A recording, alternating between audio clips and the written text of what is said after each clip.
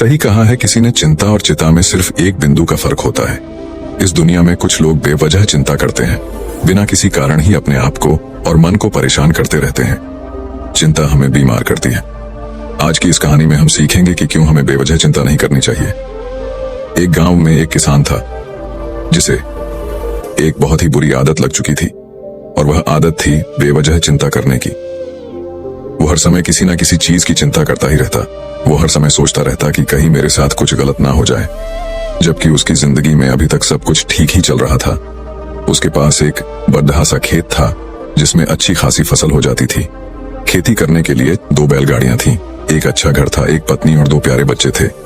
लेकिन फिर भी वो किसी न किसी अनहोनी के बारे में सोचकर बेवजह चिंता करता रहता। कभी सोचता कि अगर मेरी फसल में कीड़े लग गई तो क्या होगा, अगर आवारा पशुओं ने फसल को बर्बाद कर दिया तो क्या होगा, अगर सूखा पड़ गया या अत्यधिक बारिश हो गई तो मेरी फसल खराब हो जाएगी। ऐसे ही वो भविष्य की अन्य बातों के बारे में सोचकर बेवजह चिंता में डूब रहा था।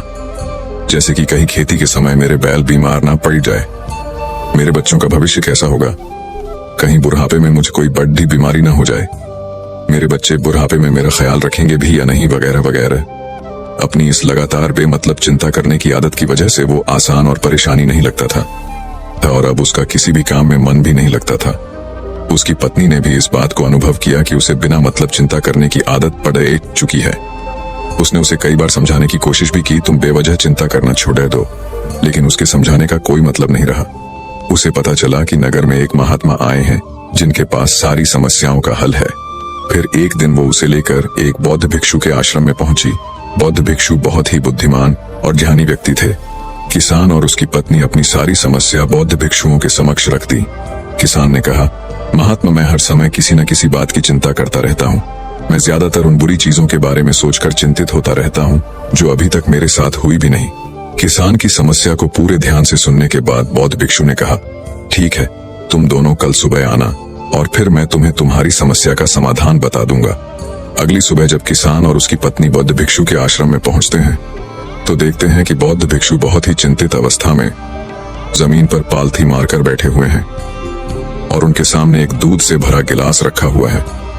बौद्ध भिक्षु बार बार उस दूध के गिलास की तरफ देख रहे हैं और फिर कभी अपना हाथ अपने सिर पर रखते तो कभी जमीन पर। वो बहुत ही चिंतित और बेचैन दिखाई पड़ रहे थे।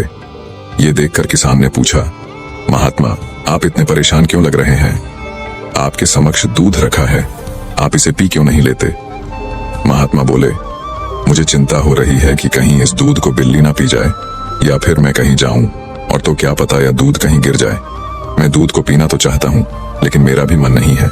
मैं तो यही सोच रहा हूं कि अगर ये दूध खराब हो गया या कोई गंदी चीज इस पे पच गया तो फिर क्या होगा। इतना सुनकर किसान जोर जोर से हंसने लगा।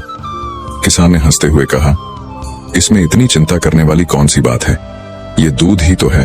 अगर इसे बिल्ली ने गिरा दिया या ये खराब हो गया या फिर किसी ने इसे पी लिया तो क्या हो गया।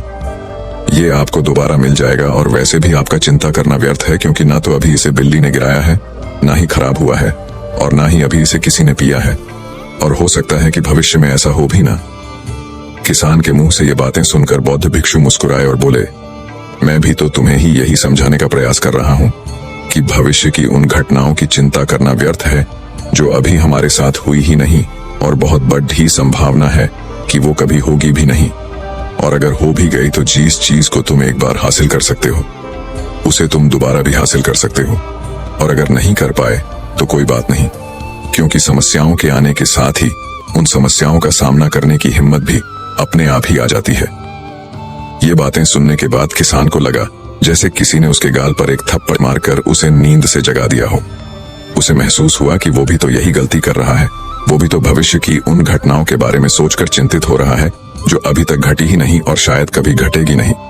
वो और फिर बौद्ध भिक्षु के चरणों में गिर पड़ा और कहने लगा, इतनी आसान में मुझे मेरी गलती का एहसास करवाने के लिए आपका बहुत बहुत धन्यवाद, और मैं आज से पूरा प्रयास करूंगा। मैं बेवजह चिंता करना बंद कर दूंगा। जापान में एक लोकप्रिय कहावत है, अगर तुम चल रहे हो तो सिर्फ चलो, अगर तुम खा रहे हो तो सिर्फ खाओ, लेकिन एक समय में सिर्फ एक ही काम करो, चिंता न करो। इस लोकप्रिय कहावत के अर्थ ने मुझे हैरान कर दिया था, और सच कहूं तो मुझे ऐसा लगता है कि कहावत के अर्थ में ही वो राज छुपा है जिसे अगर किसी ने अच्छे से समझ लिया और अपने जीवन में उतार लिया तो वो चिंता के बंधन से ही हमेशा हमेशा के लिए मुक्त हो जाएगा। इस कहावत के अर्थ के बारे में हम आगे बात करेंगे, लेकिन उससे पहले देखते हैं कि हमारे दिमाग में इस तरह के विचार ज्यादा चल रहे होते हैं।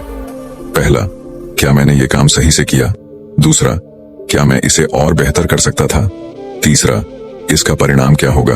और चौथा, लोग मेरे और मेरे काम के बारे में क्या सोच रहे होंगे?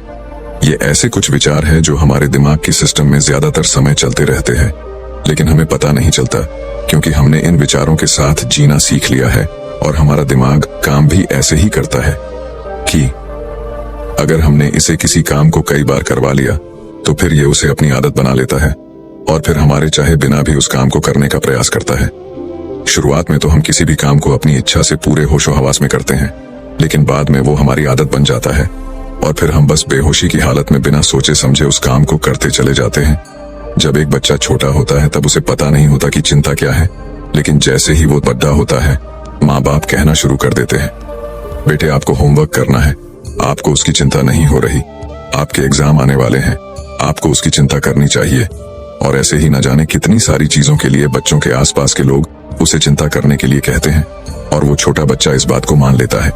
ये अच्छा, किसी भी काम को करने के लिए हमें उसकी चिंता करनी पड़ती है और फिर वो भी किसी काम की घटना के बारे में बार बार सोचने लगता है।